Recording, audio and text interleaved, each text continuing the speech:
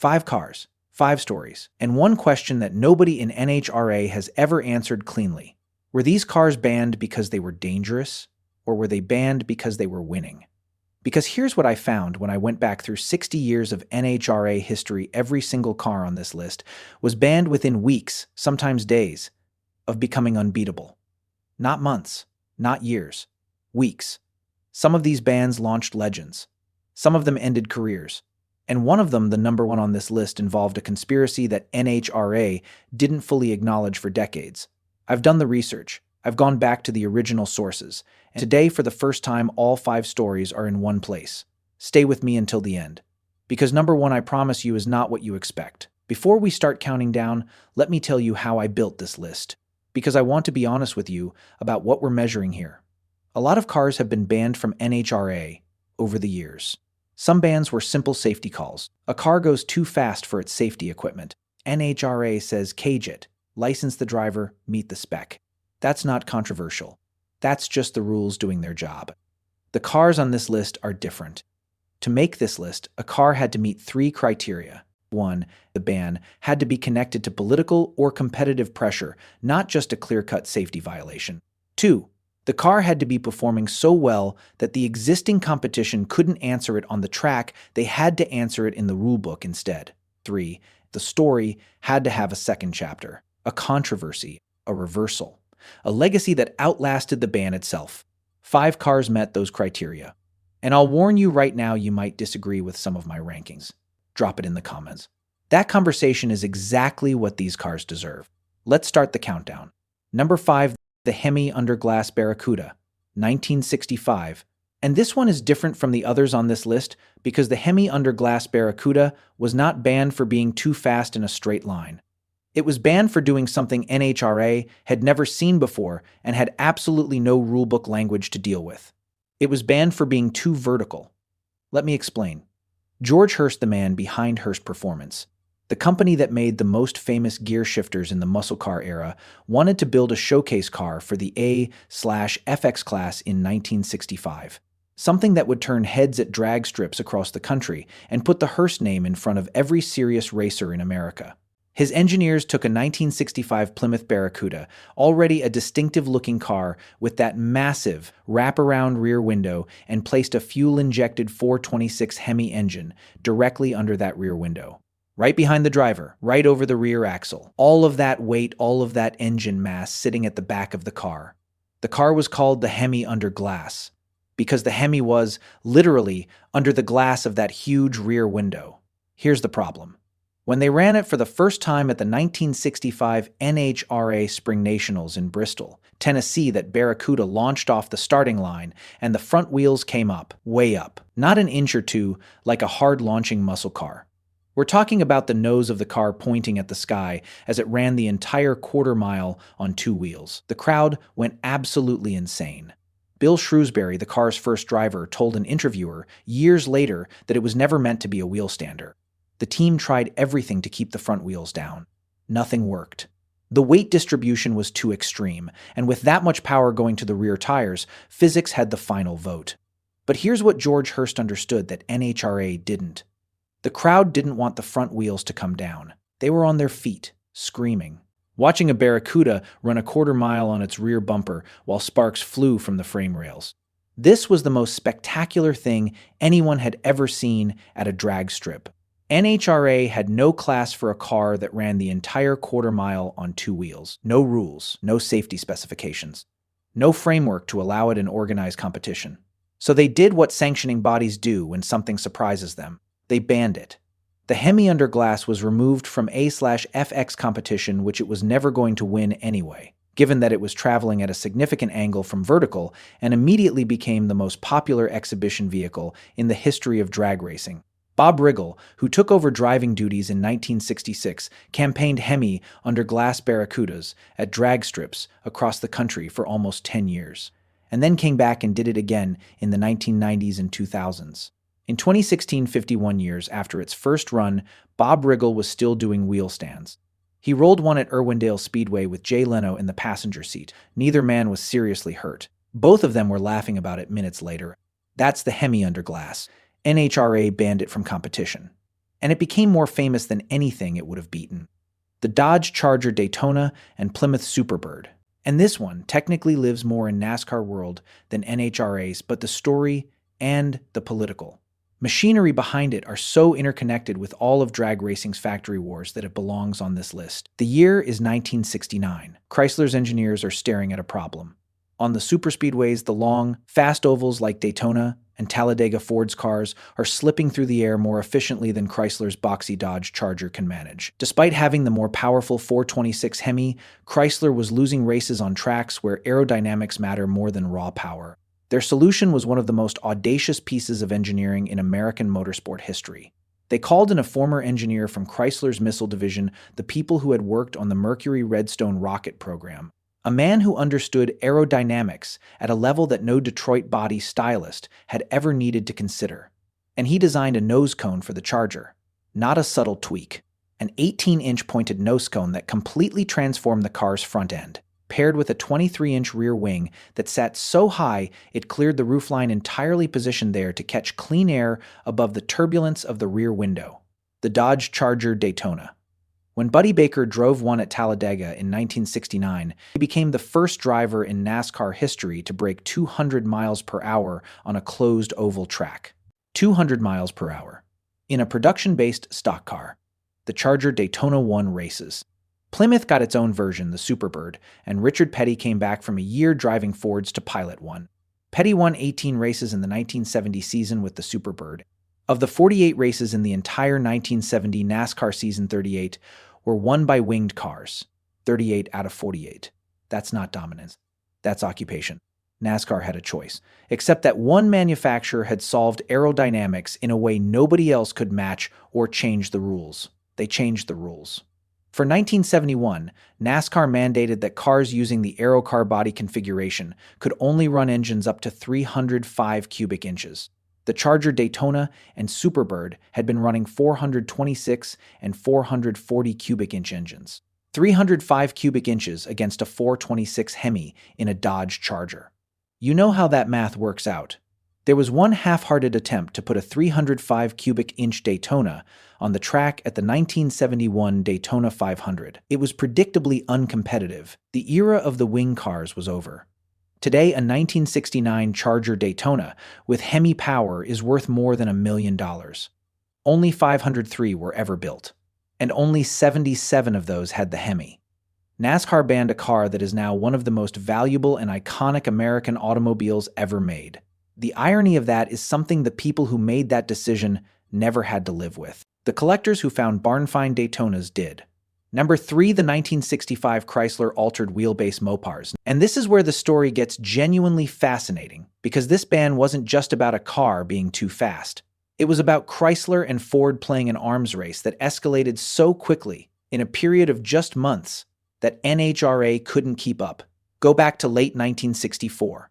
Ford has just announced they're going to run their new 427's OHC, Cammer engine, a motor producing over 600 horsepower in lightweight Mustang and Mercury Comet bodies in the NHRA's factory experimental class. Chrysler's engineers are looking at this problem. Their 426 Hemi is more powerful than anything Ford can produce. But the Chrysler cars, the mid-sized Dodge Coronets and Plymouth Belvederes, are bigger and heavier than the compact Mustang and Comet. On a drag strip, where traction off the line determines everything, the weight distribution of a car matters as much as the power of its engine. So Chrysler's engineers asked a question that nobody had asked at this level before. What if we moved the wheels? Not by a little. By a lot. They took 12 Chrysler cars, 6 Plymouth Belvederes, and 6 Dodge Coronets, and performed surgery that I can barely describe with a straight face. They moved the front wheels forward by 10 inches. They moved the rear axle forward by 15 inches. The result was a car with a wheelbase 5.5% shorter than stock and a weight distribution of 56% over the rear tires. 56% of the car's total weight sitting directly on the drive wheels. For reference, a stock muscle car of that era had roughly 50% of its weight on the front wheels over the heavy engine. These AWB cars had flipped that distribution, putting the majority of the mass exactly where the traction needed it. Dick Landy, one of Chrysler's premier factory drivers, tested one in early 1965. His first run, 10.20 seconds at 138 miles per hour. In 1965, that was extraordinary. Chrysler authorized a switch to Hillborn fuel injection partway through the season, and the times dropped into the mid-nines at over 140 miles per hour. The cars were distributed to Chrysler's top factory drivers: Ronnie Sachs, Butch Leal, Alex Strand, Dick Landy, Dave Strickler, Roger Lindemood, the names that mattered in factory experimental racing. NHRA officials took one look at these cars and immediately understood what Chrysler had done. And they did what Chrysler had done before to Ford, ran straight to the rulebook. A new rule was drafted before the cars had competed at a single NHRA national event. Wheelbase alterations were now limited to 2% of stock. The Chrysler AWB cars had altered theirs by 5.5%.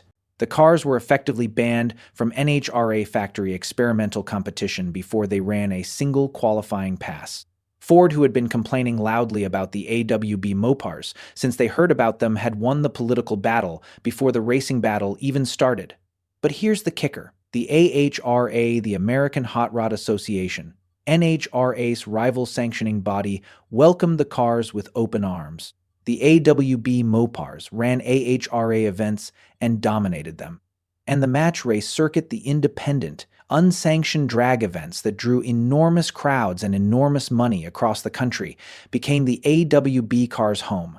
Capacity crowds showed up everywhere these cars ran because NHRA banning them didn't make them slower. It just meant they were running somewhere NHRA couldn't control. Dick Landy, Roger Lindemood, The Color Me Gone, Mr. Norm.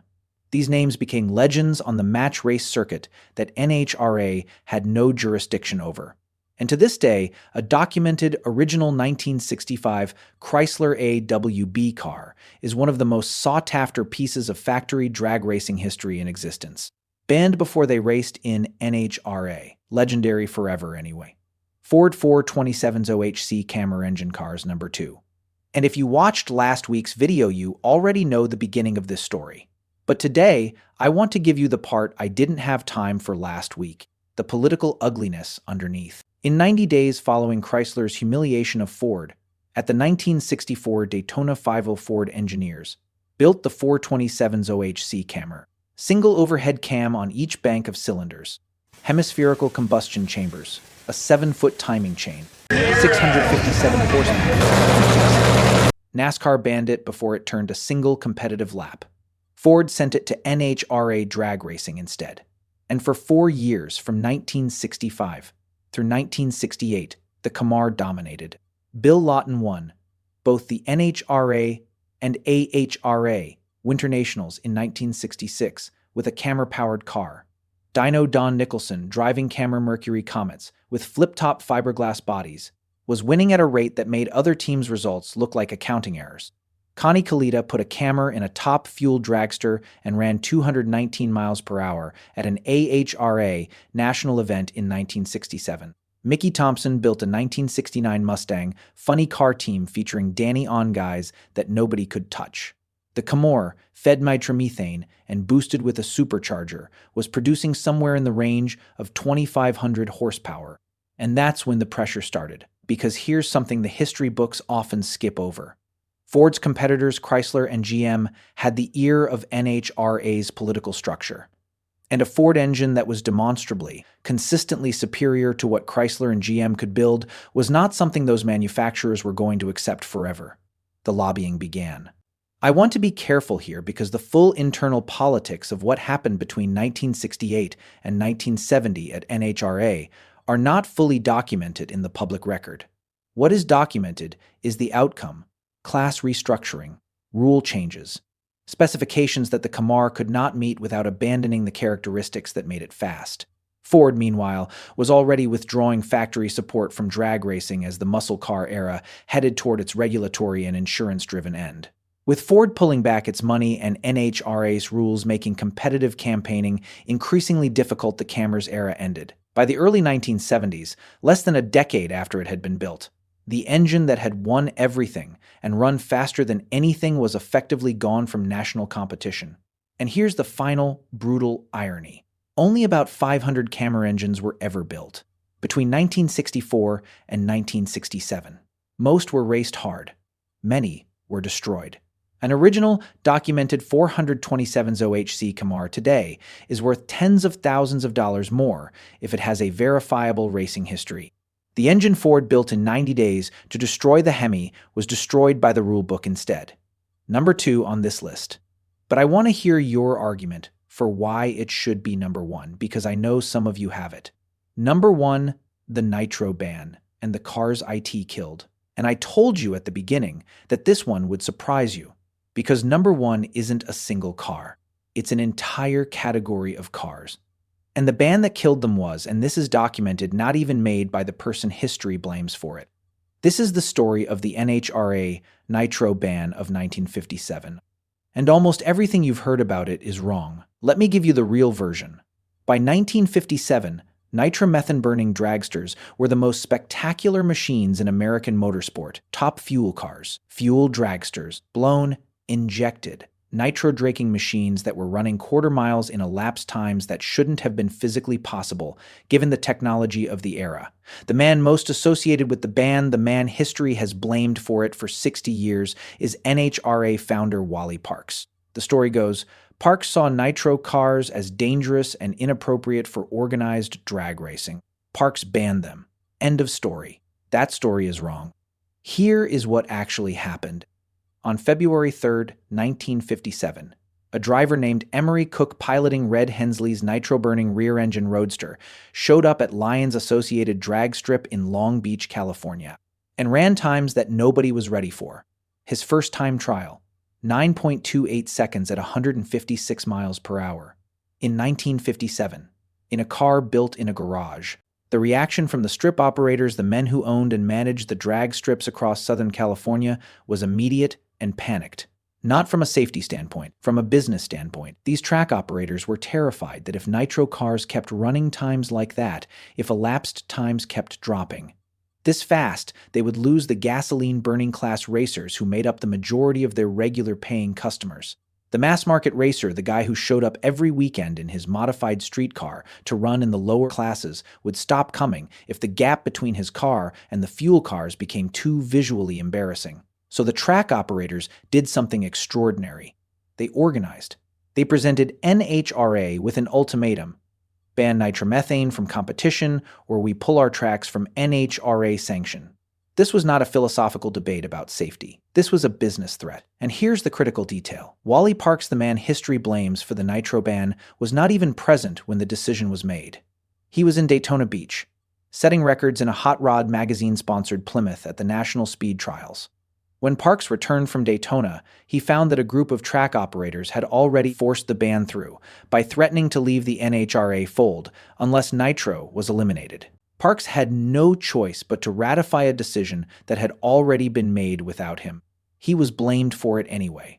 For decades. Now what cars did this ban kill? Every serious top fuel and fuel-altered competitor in the country. Men who had spent years and everything they had building machines that were genuinely, historically fast. Gone from NHRA competition.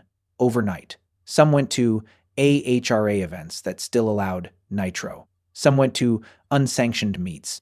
Some quit racing entirely. And here is the most extraordinary part of the story. NHRA reversed the nitro ban in 1963, 6 years later. After watching the cars they had banned draw enormous crowds and enormous money at every event that allowed them. The sport that NHRA had tried to protect from nitro cars eventually realized it couldn't survive without them. Top fuel dragsters and funny cars, the nitro-burning machines that the strip operators wanted banned in 1957, are today the marquee events of every NHRA national meet, the most popular classes, the most watched, the most loud. The reason people buy tickets, a decision made by track operators to protect their business model in 1957 and wrongly attributed to Wally Parks for 60 years, almost killed the heart of the sport. That's number 1. Not for the drama of a single car. For the scale of what was nearly lost, and for the lie that covered it up for 6 decades. What all 5 bands have in common: 5 cars, 5 bands, 5 different decades. But when you lay them out next to each other, the pattern is impossible to miss. In every single case on this list, the ban happened after the car became unbeatable. Not when it first appeared. Not when it first ran fast times, after it became unbeatable. The Hemi under glass wasn't banned during development. It was banned after it caused a crowd reaction NHRA had no framework to manage. The Daytona and Superbird weren't banned during their first season. They were banned after they won 38 of 48 races. The AWB Mopars weren't banned during engineering. They were banned after NHRA inspectors saw what Chrysler had built and understood there was no competitive answer to it. The Camaro cars weren't banned in 1965 when they first appeared. They were banned after years of consistent dominance that their competitors couldn't match on the track. The Nitro cars weren't banned when they first started running fast. They were banned after one man ran 9.28 seconds at 156 miles per hour and proved the gap between nitro and gasoline was becoming too large to manage. Unbeatable, then banned. Every time. And here is the question I want you to sit with after this video ends. When a sanctioning body bans a car that is unbeatable, is that protecting the sport, or is that protecting the competitors who can't beat it? I don't have a clean answer to that.